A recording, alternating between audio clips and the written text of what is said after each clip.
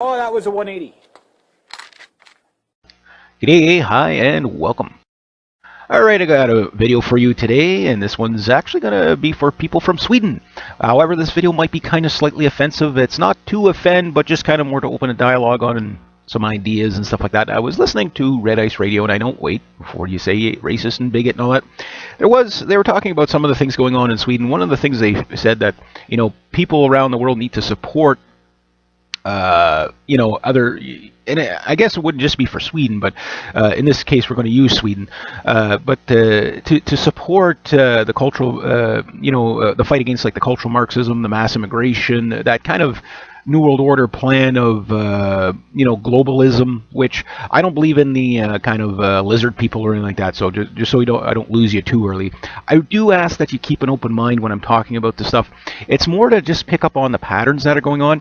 I'm not trying to put down anybody's country, or I'm not trying to say one person is better than the other. It's just things to consider. Now, I'm over here in Canada, which is pretty progressively left in a lot of ways. Even our right-wingers are still pretty left-wing when you really look at it. Now, we just went through regime change here, or I mean, an election. We'll call it regime change for now, from the Harper government, which was considered a conservative government. But there were actually their policies, if you look at the policies, they were socialist, fascist to the right. Most governments around the world are socialist fascist. The other ones are either dictators or complete outright tyrants and what have you. And a lot of them are also communist or whatever. There's not too many free countries in the world. And usually the first thing that gets bashed is capitalism. But we've never really seen a capitalist country that actually, has very low regulations and little business and a lot of freedom and, allowing big businesses to fail and stuff. We haven't seen that in the modern world. The only real capitalists out there is drug dealers and prostitutes that, basically don't pay taxes with the money they earn. That type of thing, because there's no middleman, right? So, but that's a different debate for a different time. Right now, we're going to be talking about the mass immigration and the destruction of Sweden. Now, population between Canada and Sweden, we're 35 million people here. Now, the government we just changed to is what we call a liberal government. But thing is they're not really truly liberal when you look at the policies. They're socialist fascist, but to the left. So they're still center parties in comparison to the one we just left from. Now, the one we just left from, okay, and this is just to give you guys an idea of the frame mind of where I'm coming from for these arguments. Is where we're coming from is from 10 years of conservative policies, which did include a lot of austerity, and that austerity also included, the balancing of the budget with a $1.3 billion surplus. Now, $1.3 billion in a government surplus in Canada is, like a gold shovel for the next big politician showing, right? They'd spend that in a heartbeat. But the point is that's where we made it to. But in that time with our so-called right-wing government, we've done something else in the past 10 years. Now, we've got to go back 40 years, because this also started in Sweden and every other Western country as well, is the immigration policies changed pretty much all in the late 1970s, early 80s, pretty much for every Western country. And they're really technically under one control. They're all adopting UN mandates and stuff like that, right? Now, the thing is that we used to bring in, under Pierre-Elliott Trudeau, he went from the tap on, tap off, in other words, bringing people in as you need them, to mass immigration of 130,000 people per year, which was outrageous because it just became a numbers game rather than, quality of life and stuff like that. So in other words, we're just going to inflate the population. Now, that was bad enough, but then when we got our conservative government 10 years ago, well, they actually doubled it. They went to 500,000 or 250,000. They went to 250,000 people per year. And our population has grown quite a bit. Give you an idea, in the 1950s, I think we were sitting at something like 17 million people. We're almost double. We're a little more than double that population today, around 35 million. Now you say, okay, well, that sounds great. Everything's good. Well, yes and no. The problem is that the way we're doing our immigration, okay, is actually not too bad in the sense that we are basically, the past 10 years, yes, they've deported a lot of people, but they bring a lot of people in, and most of the people that come in, 61% of them are economic immigrants that are usually end up working, and about 84% of the immigrants that come in stay.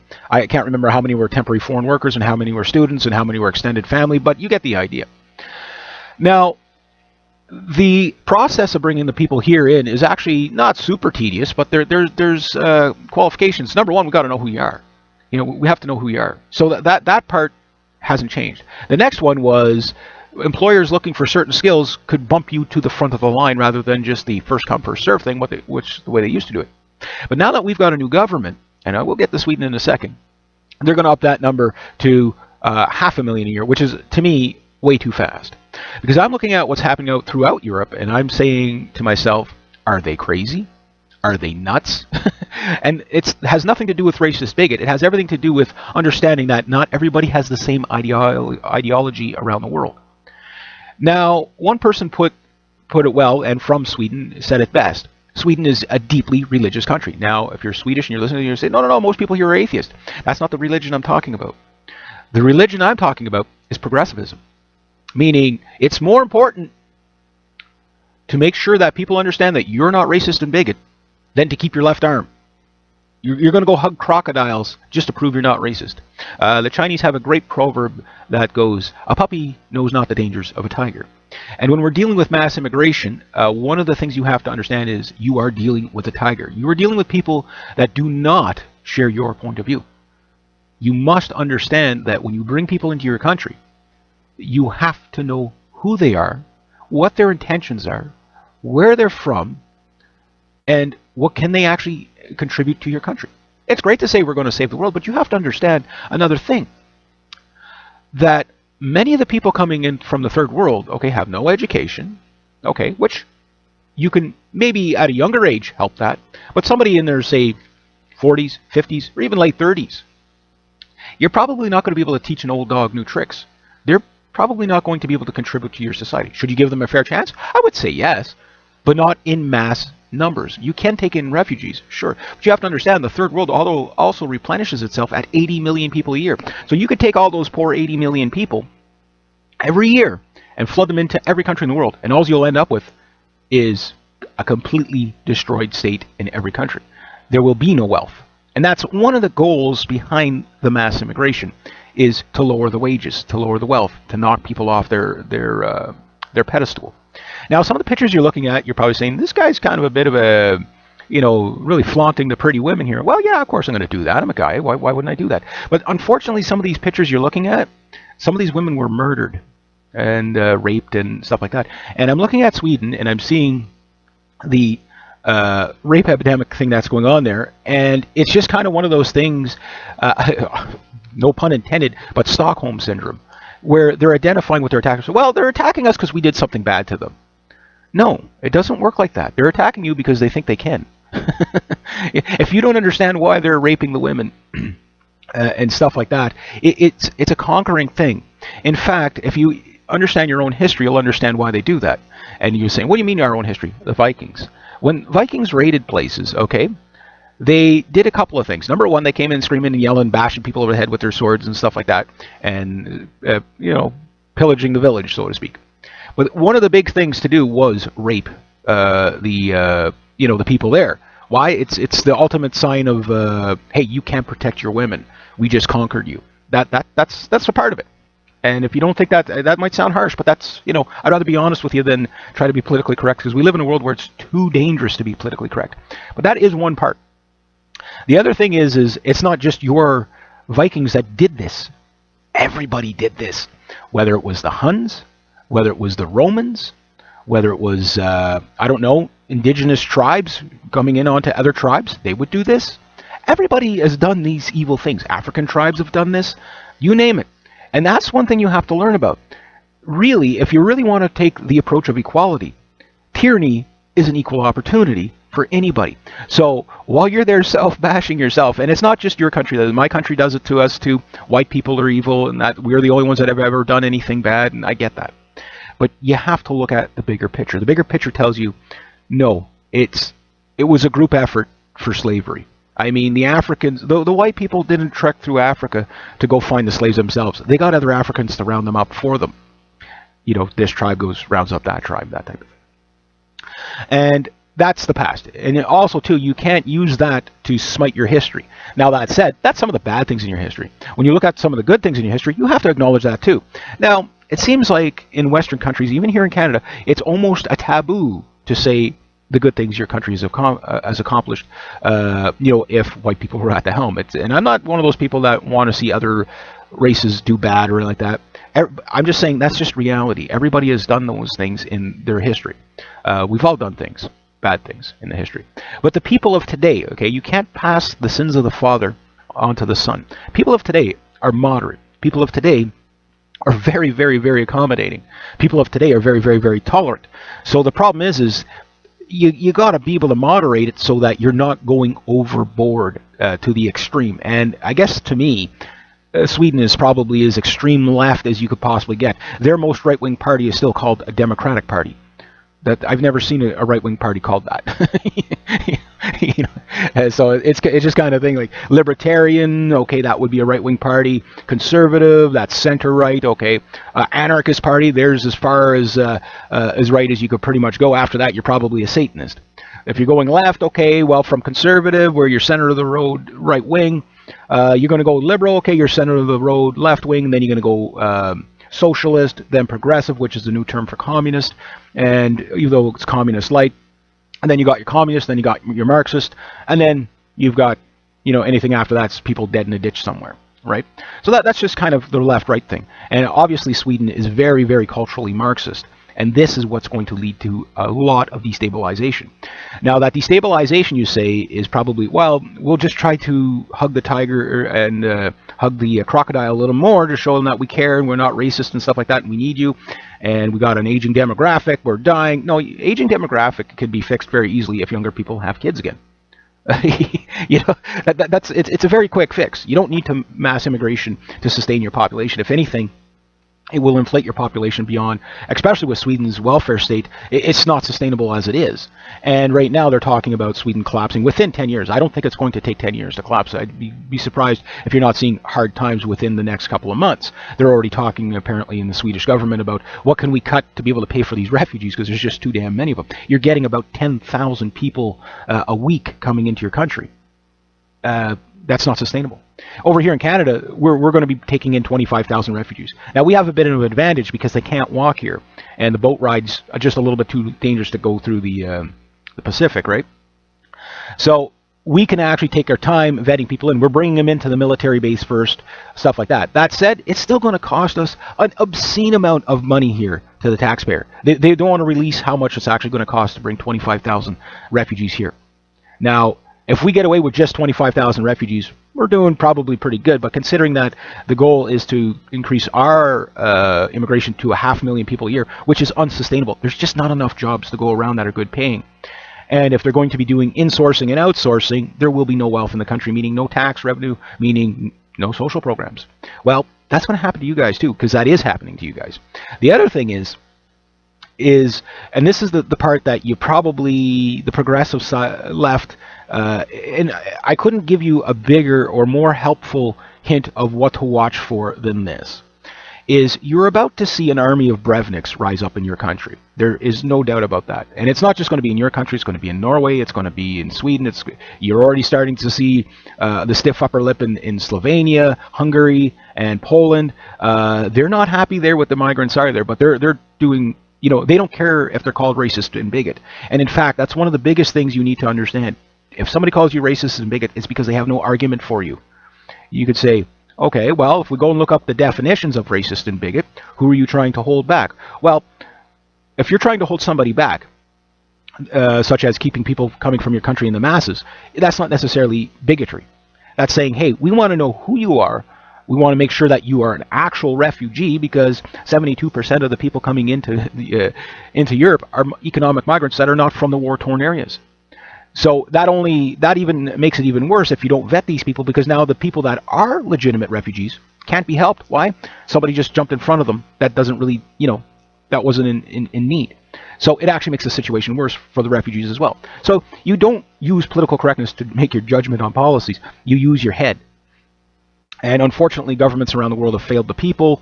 And this is a part of a couple of things. Number one, basically borderless society everywhere.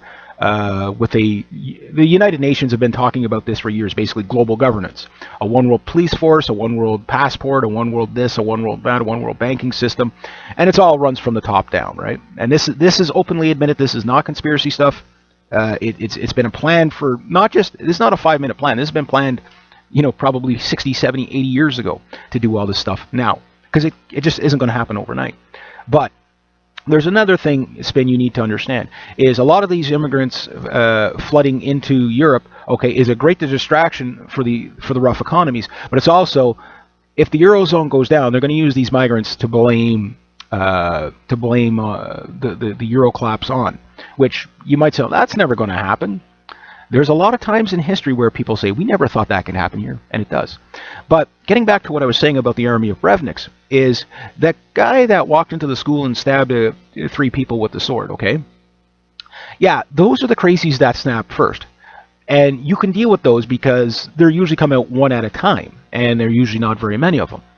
But it's when 50 come out at a time, 100 come out at a time, 1,000 come out at a time. And think about it this way. Right now, it looks like a lot of police officers in Sweden are ditching the job because it's just too darn dangerous. Because they go into the migrant communities, which are full of gangs. You might say it has nothing to do with Islam. Well, it doesn't matter if it has anything to do with Islam or if it's just the gangs. The fact is if you got gangs of people that you don't know who they are, and they're throwing hand grenades at your police officers. That doesn't happen here, but I'm saying here in Canada, yeah, it's going to happen here. It's just going to be a couple of years behind you guys, just because we're, a little bit behind your policies and stuff like that, but not by much. We're still using the progressive ideology that, tax and spend, and 2 + 2 makes 5, so you can spend as much as you want. Don't worry, your grandkids will have to pay for it, not you. Sell the future to live a better now. Yes, we do that here too. The difference is here we're, strangely enough, Sweden is an island, but it's reachable. Well, it's not a complete island, but you get the idea. It's more of an island than Canada is. Where Canada, we got the ocean, so technically we're like a huge island. So it does stave us off from, the mass immigration. And for example, for Mexico, we actually deport Mexicans when they come here. The United States doesn't, because we're saying, well, Mexico isn't a country that can get refugee status or asylum seekers from, because it's not a war-torn country. So we don't get we have the United States as the buffer zone in between us, so we can even keep them back. So if they want to come here and migrate here for jobs or something like that, they can, but they have to come through the front door. And most Canadians welcomely open them, and it doesn't matter who you are. We just want you to come through the front door. But what you guys are doing is opening the floodgates. Now, the thing is when push comes to shove, when you're looking at the aging demographics of Europeans and white people in general, there's a huge problem going on. You're going to hear things like here they have these classes in college called gender studies and stuff like that, and social justice classes and stuff like that. Now, I've never taken those things. Those things weren't really around when I was going to college way back when. But on the other hand, those things are the indoctrination of getting a lot of people onto these weird kind of tangents and only looking at things one-sidedly. That women are always a victim, men are always the repressors. If they're white men, they're definitely the repressors, etc., etc. That type of thing, and that's what they're taught. So the problem is the statistics actually kind of say something different. Yes, Caucasians are about 1 billion people on the planet, or white people are about 1 billion on the planet. We're the lowest, we're the smallest of the group on the planet. White males are the smallest demographic of anybody on the planet. The highest suicide and mortality rates are on white people. In fact, they've increased since 1999 to 2013. We went from about 600, a mortality rate of about 630 something per 100,000 people to over 700. It's the largest demographic of mortality rate. And in 2013, well, in the States anyway, which would probably hold true around the world, is more Caucasians, or we'll say more white people, because Caucasian is not necessarily all white, right? But more white people died than were born. On top of the number one, one of the number one of our mortality is basically suicide. Suicide from drugs and alcohol and stuff like that. So you can see that we are definitely targeted for a lot of things. And because of that, people, they don't know what the fire they're playing with. You are about to put yourself into a situation within the next 10 to 20 years, probably even quicker than that at the rate of the mass immigration, because this is probably just the first wave. Next year there'll be another 100,000 or 200,000, 300,000, or 3 or 4 million. I mean, think about Germany. They're going to take in 1.5 to 2 million people in the next year. That's a demographic change. That is definitely going to lead to the biggest human culture clash in world history. But there's another problem. With the aging demographic, within 30 years, You're the minority in your own country. Now, you're probably sitting there thinking, well, that's not a bad thing. We'll have true diversity and everything will be great. But you're missing the point. In that time, you're still going to have your social justice warrior classes telling everybody how evil white people are and how bad they are and everything like that. What happens when you've brainwashed people to hate white people with a passion, and then they become the majority in your country?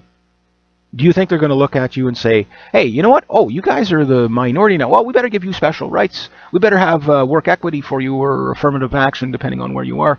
Make sure that we can hire these poor minorities first. They're not going to be doing that. They're not going to be doing that. They're not doing that now. They're not integrating now. You think they're going to integrate later? No. A cultural displacement goes like this. We'll go back 500 years. We'll use my country as an example. Before the white man got here, okay, native cultures were clashing. The Huron and the Algonquin, they were knocking each other off left, right, and center over territorial claims.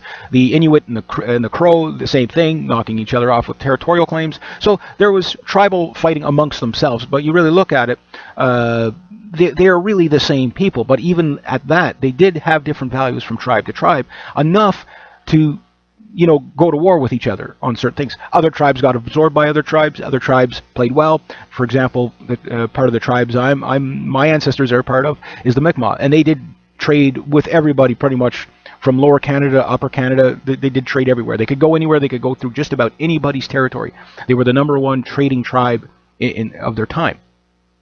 And they were also a big advantage to be in with these guys during the fur trade. But that said, that's what they did to each other. Okay. Now, if you look at your own history, Norway and Sweden had a few exchanges. That's what you guys did to each other. I'm not trying to divide and conquer here. I'm just saying, if you look at your history, you guys had spats amongst yourselves. The British and the Irish, they've had spats amongst themselves. The Scottish, that type of thing. So that's amongst themselves. But they've worked it out, and since the Renaissance, from the 1700s on, things have been getting much more peaceful. A few spats here and there, no problem, right? Well, coming back to my country, when the so-called white man got here, which were Canada was originally called New France, Jacques Cartier got here, and we started to colonize, right? And then, of course, because France and Britain were still kind of at odds at that time in the 1700s, or in the 1500s, wars started to get fighting out here between the British and the French. Now, the natives sometimes would go to one side or the other, but at the end of the day, once the French and the British finally were, winner take all at the Battle of Abraham, basically we became a British society. So it was still colonialism on one side or the other, right? So it didn't really matter. It was this monarchy or that monarchy, right? So what happens is the natives, start to realize that, hey, these guys are coming in awfully large number. Maybe we should kind of try to deter them back a bit, because if we don't, they're going to basically run over our culture. They're going to run us out of the country. They're going to basically steal our lands. They're going to, they're not going to integrate with us. They're just going to come in and do their thing. They're not going to integrate. And this is one of the things they talk about in history all the time, and the native groups are still upset about it. I mean, there's out of 35 million people, there's only 2 or 3 million natives left in the country. Now you're saying, oh, that's horrible. That's horrible. And it was. I admit that was pretty bad. Our bad. Probably shouldn't have done that. But that was then. That's what dead people did to dead people a long time ago. Again, you can't pass the sins of the father on to the son. But that's the role model right there. That's the role model for mass immigration. Why? Because it's the same anywhere. Anywhere you look in history, it's the same thing. So if you want to use that as an example to bash white people, okay, fine, you can. But that's happened in every single place. Anywhere the Mongols went, they didn't integrate. You know what I mean? They kind of either you fought them on the walls or they crushed you, right? Well, do you think the mentality of mankind has changed since then? No, we still divide, conquer, but most importantly, we still conquer. Getting us back to our point. The point is this: when you become a minority in your country, and you will, if you keep following the progressive agenda, you will. And the progressives, again, it's a religious cult in the sense that they will hug a crocodile and lose their left arm or right arm, don't matter, or both, just to prove they're not racist. That's the religion. They're brainwashed. You can't reason with people like that. They're brainwashed. They're, if not more brainwashed than a jihadist. Yes, you can make a parallel. It's a religion. Understand that because it's a religion, it's going to be violent to counter it. That said, when all these other people come in who will not integrate, again, you could use my country as an example. Our country didn't become, the French and the British, and then later on the Irish and the Scottish, when they came in, they didn't become more native. No, this is a white people society now. Which, it is what it is now. There's no sense of changing it. However, mass immigration is designed to do that. But mass immigration is also designed to not give any one part of your population a nationalistic majority, so that the government can control you better. And obviously, people coming in usually go along to get along a lot of times. I mean, most immigrants that will come to your country will be peaceful. But it's not the most that you're looking for. It's the minority of those people that are coming in that will be the danger. They're the ones, because when you look at all the revolutions in history, it's not the masses that rise up. It's only a handful of people. If you use the United States, 1776, 3% of the population. That's it. 3% of the population pretty much protesting a tax. Got really pissed off, and they changed the course of their country. So when you look around, new boss the same as the old boss, but it's just, what company you're going to work for. That's really what you're looking at, right? Control is control. Now, when you guys have open a door immigration like that, it's the idea of, well, we on the world stage we have to look like we're non-racist. No. I think you need to go the same route as Hungary and Poland and Slovenia. Round them up, put them on a military base, do whatever, send the ones back. It's cheaper for you to send them back anyway.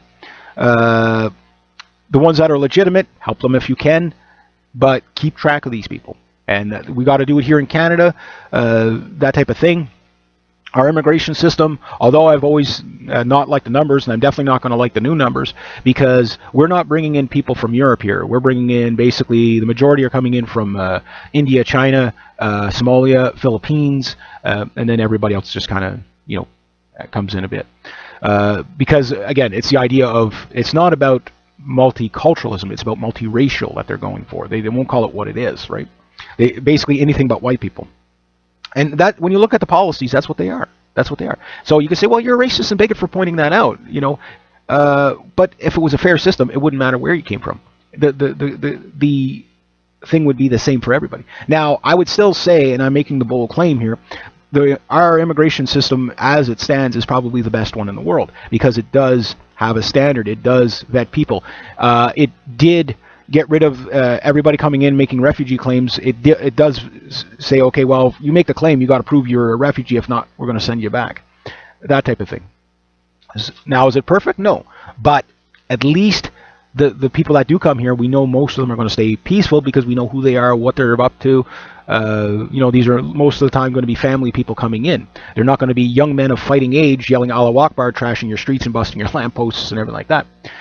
But what I'm predicting for Sweden, and it's not good, because it's probably going to happen in most of Europe anyway, is there's going to be an uprising. It's going to be a minority of your male population that identify as nationalistic Swedes. And they're going to start really rallying, very scarily, neo-Nazi, very scarily. You will not be able to bargain with these people. Why? Because radical begets radical. You have radicals, in the Islamic community throwing around hand grenades at the police officers, and police officers quitting. Where do you think those police officers are going to go to? Well, I'll tell you where they're going to go to. They're going to be putting on ski masks, doing Zeke Hales. They're going to be carrying baseball bats, whatever. Now, I'm still predicting the biggest human culture clash in world history to take place in Britain, but it could happen anywhere. Golden Dawn, for example, over there in Greece.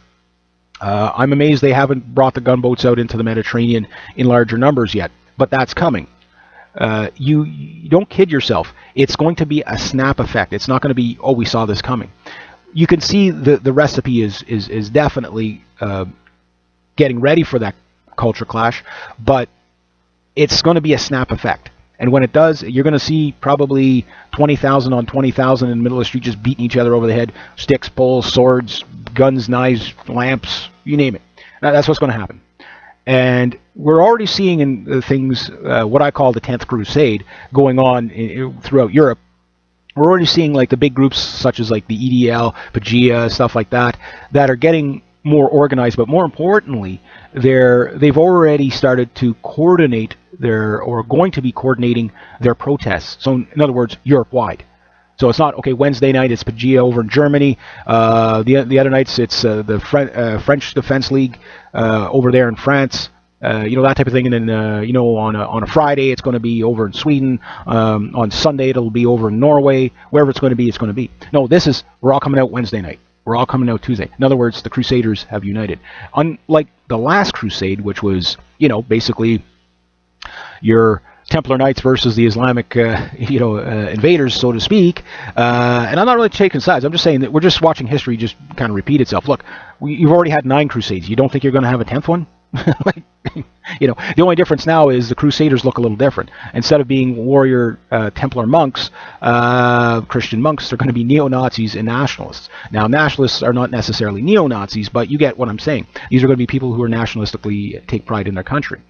And you're going to see that you're already seeing them rally in larger and larger numbers. In fact, I do have statistics that support this. Yes, nationalist groups are on the rise worldwide.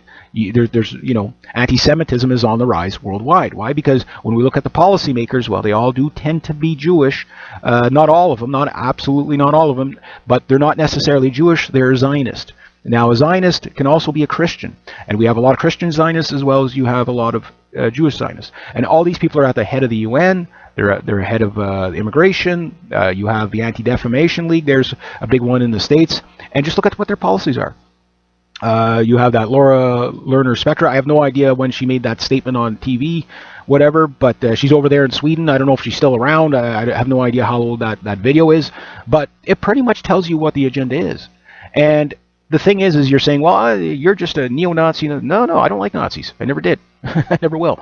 But I'm also looking at the world, and I say being politically correct doesn't make bad things go away. It's just, that's somebody who doesn't have the mind to actually challenge themselves to say, hey, maybe this might not be a good idea. Not so much, maybe we will live in a world someday where there'll be open borders and nobody will be killing anybody because everybody can just coexist peacefully. But we're not there yet.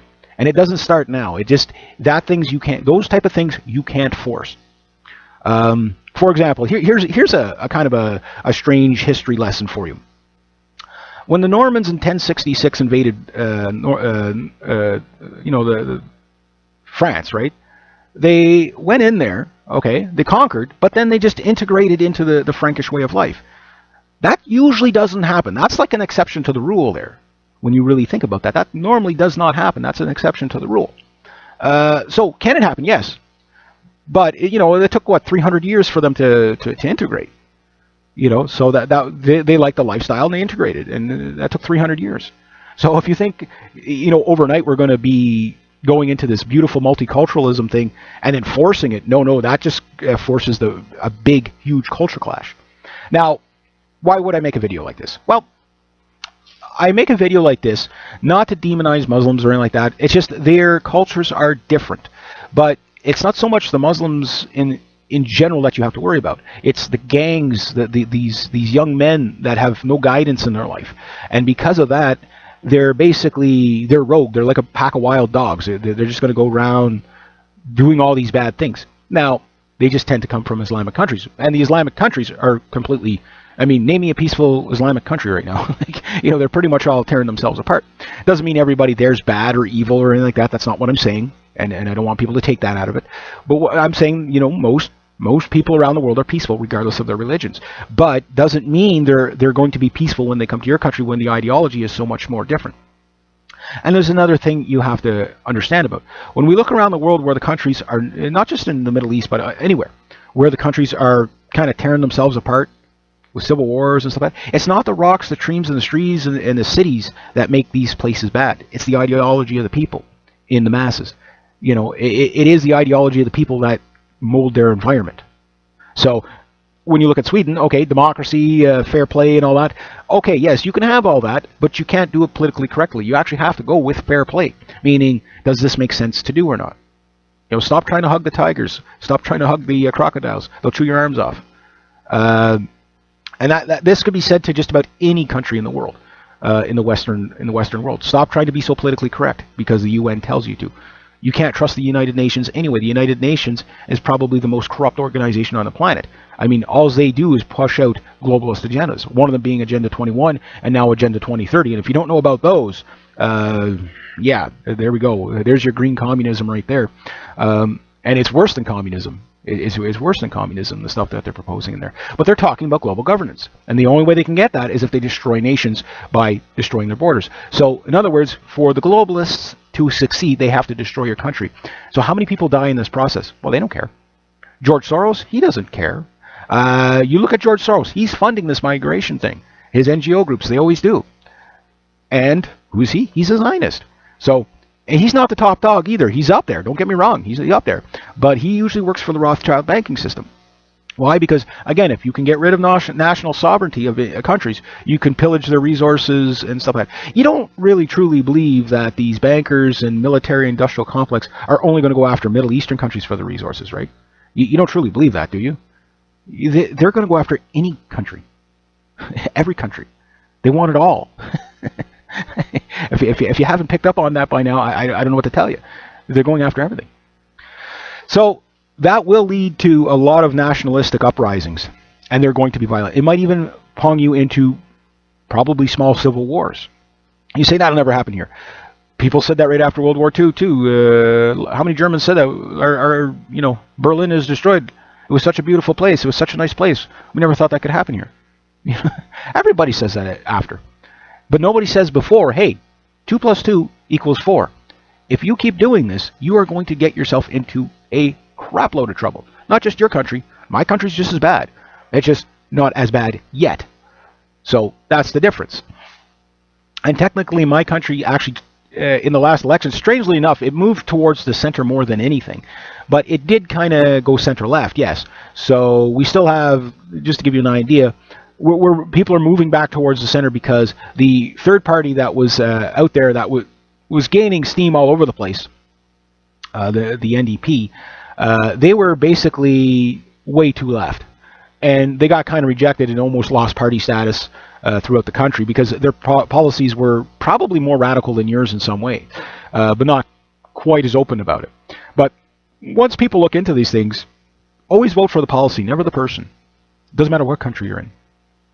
But you also do have to have some nationalism and protectionism of your country. If you don't take pride in your history, again, a nation divided surely will not stand. I think that's no truer words in history have been ever spoken. And bringing in people that will divide your nation, again, I can tell you, Canada's got probably one of the bloodiest histories of any country in the world. Yes, we've been kind of peaceful since the 1800s, late 1800s, but we did have one uprising that I forgot about. And this was with the natives. Actually, the natives, they rally up once in a while, and they pull together very, very quickly when they do, whenever they got a cause. I'm not talking the social justice warrior stuff, but for example, back in the 1990s, when our Liberal government decided to put in a golf course over native burial lands, well, that created the Oka incident. And we actually had martial law in Canada. Oh, yeah, it got to that point. There was a standoff. At the end of the day, they didn't put the, they didn't put the golf course in. They moved it. And the thing is that's what happens when people stand up, but nobody saw it coming. That's the thing. Nobody saw it coming. It's bang. It happens that fast.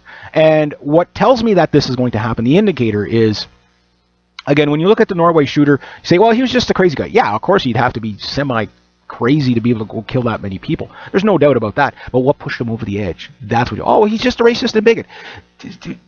Pretend that those words don't exist in your vocabulary. They are blinding you. They are blinding you. Look into exactly what he was after. It's like how profilers go after a serial killer. They're not like, well, he's crazy. Well, if you just went with that, you would never catch them. You would never be able to figure out, what are they thinking? Why are they thinking that way? Do they have anything? What are their triggers? Well, there you go. You could figure it out through that. Never mind racist bigot. That's not an argument. It doesn't exist anymore. Just get rid of it. Open your mind. Look at things. Say, hey, whoa.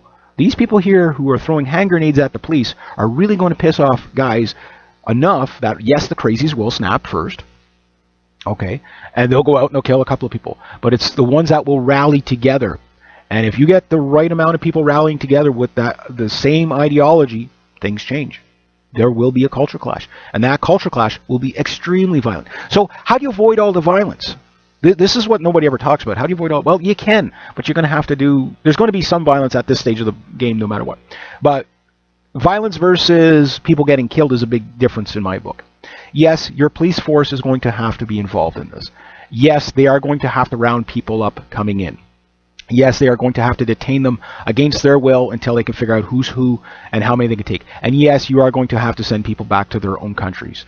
And yes, you're going to have to boot people out. It's going to be mean. And yes, you're going to have to close your borders unless people come through the front door. Every country is going to have to do this.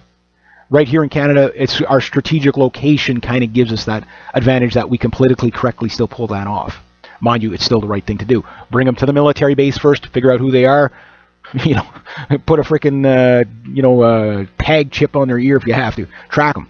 You know, that's that's horrible. You can't do that stuff to. They're human beings. Yes, they are human beings, but what are their intentions? You know, you have to weigh the cost of anarchy and chaos versus stability and law, right?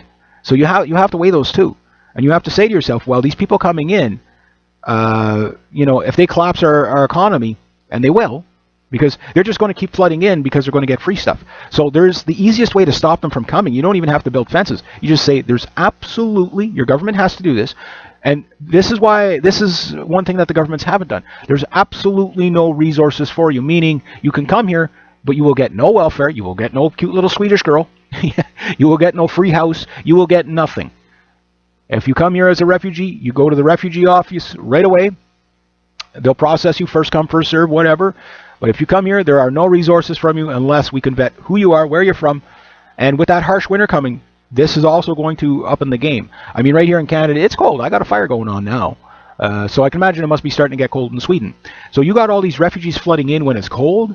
You've got all these, 72% of them young men of fighting age. Yeah, a lot of them running up and down the streets, and the videos are out there. They won't show it on the mainstream video here, on the mainstream media here, because they want to, create sympathy for the migrants, right? But the thing is by lying, people find out the hard way. These people are just going around trashing our streets. They're damaging everything. And more importantly, they're beating up on people. The migrant attacks throughout Europe has just been crazy. So what else have you been seeing in Sweden? There's been, 9 refugee centers burnt down? Something like that? People in France lobbing pig heads into mosques? That type of thing, swastikas. Those are the people, when they rally, this is avoidable. All you have to do is tell the people there's no resources for you. Germany should do this very simply. I mean, wasn't Angela Merkel out there a couple of years ago saying multiculturalism has failed and they didn't integrate? So she just changed her mind? You really think that? No, it's an agenda. I say the agenda is to blame the refugees for the collapse of the Eurozone, but that's just my take. If you follow this channel, I do have a different take on what's going on in the world. If you, maybe you might not agree with everything I'm saying, that's fine. If you can keep an open mind, I don't care. I'm not telling you how to think. I'm just telling you to think for yourselves. Just think of the logical thing. You guys are in trouble. You guys are in massive trouble. You need to get your politicians to cut the refugees off simply by saying, nope, you're not going to get anything here. What have they done in Hungary, on the Hungarian border? Well, they put out a propaganda video of them beating up on a couple of refugees and rounding them up and, putting up the fence. And they got these guys patrolling with AKs and stuff like that. And don't come here. We'll arrest you. We'll throw you in jail. So that's a lot different than saying, come here and we'll give you all the welfare you want. Which place do you think the refugees are going to go to? Well, why do you think Slovenia now is doing the same thing Hungary's doing? They're saying, hey, wait, it worked for them? They're going around? Okay. Oh, shit, they're coming to us. Okay, no. Come here, we're going to arrest you. We're going to bust your heads, and you're not going to get any welfare. If you want to come to the refugee office, sure, but don't come in masses. Now, the worst of all this, and I'll just finish up on this, is the actual crisis itself. Number one, it's been manufactured by Western powers, by arming groups like the Free Syrian Army, which is ISIS. I mean, they're linked together. There's a video footage of an Apache helicopter watching a convoy of Toyotas, ISIS Toyotas, going by the other day. We're talking an Apache helicopter. This thing is like death from above. It's whisper quiet. It's an attack helicopter. You got 1,200 rounds of 30mm depleted uranium, cannons, 8 Hellfires, 38 70mm Hydra rockets, and 4 Stinger missiles. You could take out a small city. You could take out a small country with this thing. And it's watching ISIS fighters go by. Why? Because they're the proxy army to overthrow Assad. Different story for a different time. But even the Syrian refugees, and you don't see too many of them on the mainstream media. Have you wondered why? You think they were trying to win hearts and minds? They would be talking to these people left, right, and center. But they're not. And you want to know, yeah, they interview some. But there's one question they never asked. Who are the ISIS guys? Now, if you go to Syria and you watch some of the footage of some of what the Syrians are saying, they're saying, well, these guys aren't from here. We don't know who they are. We know Israel, Saudi Arabia, Turkey, the United States, England, and UAE and Jordan and all those places are basically funding these guys, but we don't know who they are. They're not Syrian. They're not even from Syria. These guys are coming in from all over Africa and coming in through Libya and stuff like that. We don't know who these guys are. But we do know they're backed by the West. You know, the Al-Nusra Front, which is Al-Qaeda, which Obama's referred to as their guys by name.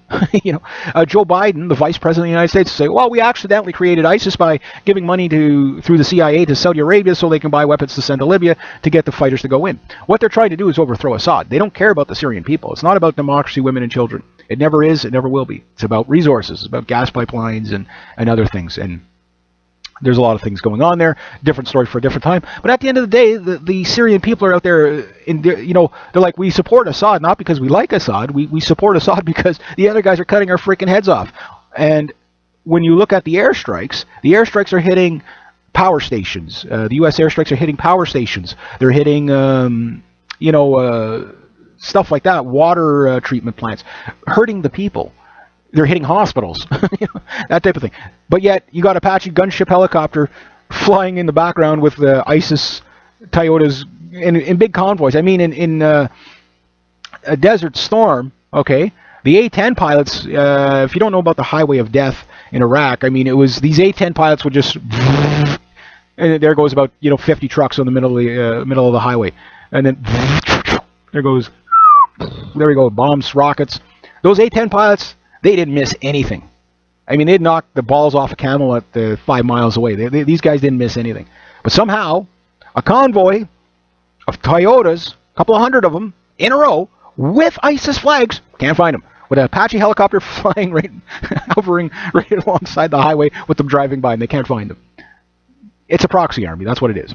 And that's what's created this. This is why these poor people are leaving their country. They want to go home. They don't want to be in Europe. But the other people's around Africa and Middle East that are not in problems saying, hey, if you say you're Syrian, they're going to give you free stuff. Well, you need to throw those people in jail. You need to make a few examples. Every country needs to do this. Oh, you lied? Okay, yeah. You're going to be here for the next 10 years in our prisons. Just, you don't keep too many. Maybe keep a couple of hundred. Yeah, it'll cost a lot of money. But it will set the example. People won't try to lie.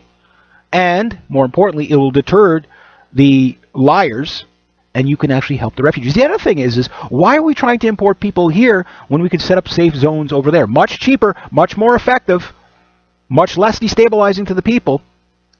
You could do that. Hell of a lot cheaper. 20 times more effective. But we're not doing that for a reason.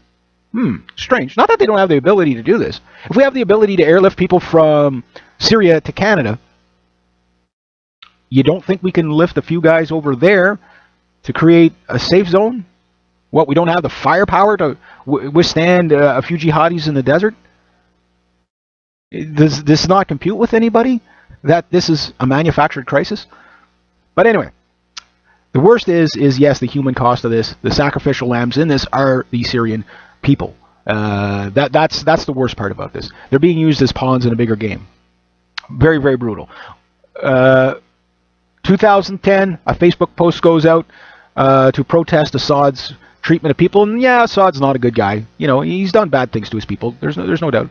But he would have killed a hell of a lot less of them had the West not destabilized Syria in the first place on behalf of Israel, so Israel can get Syria out of the way so they could strike Iran. This is openly admitted by Israel.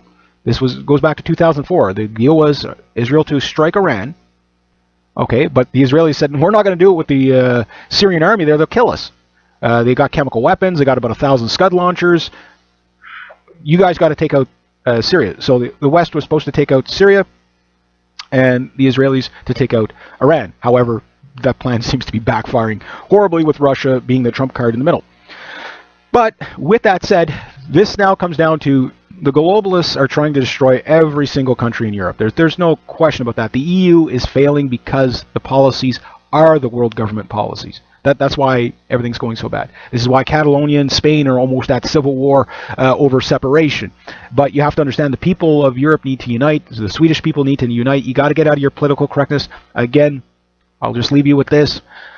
A puppy knows not the dangers of a tiger, and you, my friend, are being flooded with a lot of tigers. So anyway, if you like this kind of content, please consider making a donation to the channel. Links down below. Thank you very much to everybody who has. Rate, subscribe, share, comment, like whether you agree with me, disagree with me. I never censor my comments. It's not about demonizing people, but this is the world we live in, and I don't believe in political correctness. It's just too damn dangerous. Too many people are going to die. We need to do the tough things. These are not decisions that need to be made lightly. But yes, we do need to close down borders. We do need to round people up, put them where we can monitor them, figure out who they are, and actually treat them. We can't save everybody. Yes, they'll be overwhelmed, but the best way to stop them is cut off the welfare. You have to cut off the welfare. But anyway, be true to yourselves, be true to others, always do the right thing, and have yourselves a great day.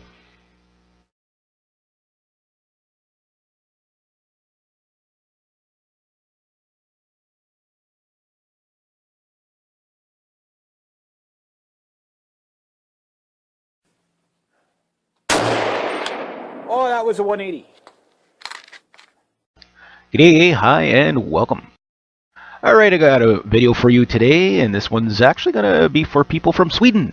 However, this video might be kind of slightly offensive. It's not to offend, but just kind of more to open a dialogue on some ideas and stuff like that. I was listening to Red Ice Radio, and I don't wait before you say racist and bigot and all that. They were talking about some of the things going on in Sweden. One of the things they said that, you know, people around the world need to support other, and I guess it wouldn't just be for Sweden, but in this case we're going to use Sweden, but to support the cultural, the fight against like the cultural Marxism, the mass immigration, that kind of New World Order plan of, globalism, which I don't believe in the kind of lizard people or anything like that. So just so I don't lose you too early, I do ask that you keep an open mind when I'm talking about this stuff. It's more to just pick up on the patterns that are going on. I'm not trying to put down anybody's country, or I'm not trying to say one person is better than the other. It's just things to consider. Now, I'm over here in Canada, which is pretty progressively left in a lot of ways. Even our right-wingers are still pretty left-wing when you really look at it. Now, we just went through regime change here, or I mean, an election. We'll call it regime change for now, from the Harper government, which was considered a conservative government. But there were actually their policies, if you look at the policies, they were socialist, fascist to the right. Most governments around the world are socialist fascist. The other ones are either dictators or complete outright tyrants and what have you. And a lot of them are also communist or whatever. There's not too many free countries in the world. And usually the first thing that gets bashed is capitalism. But we've never really seen a capitalist country that actually, has very low regulations and little business and a lot of freedom and, allowing big businesses to fail and stuff. We haven't seen that in the modern world. The only real capitalists out there is drug dealers and prostitutes that, basically don't pay taxes with the money they earn.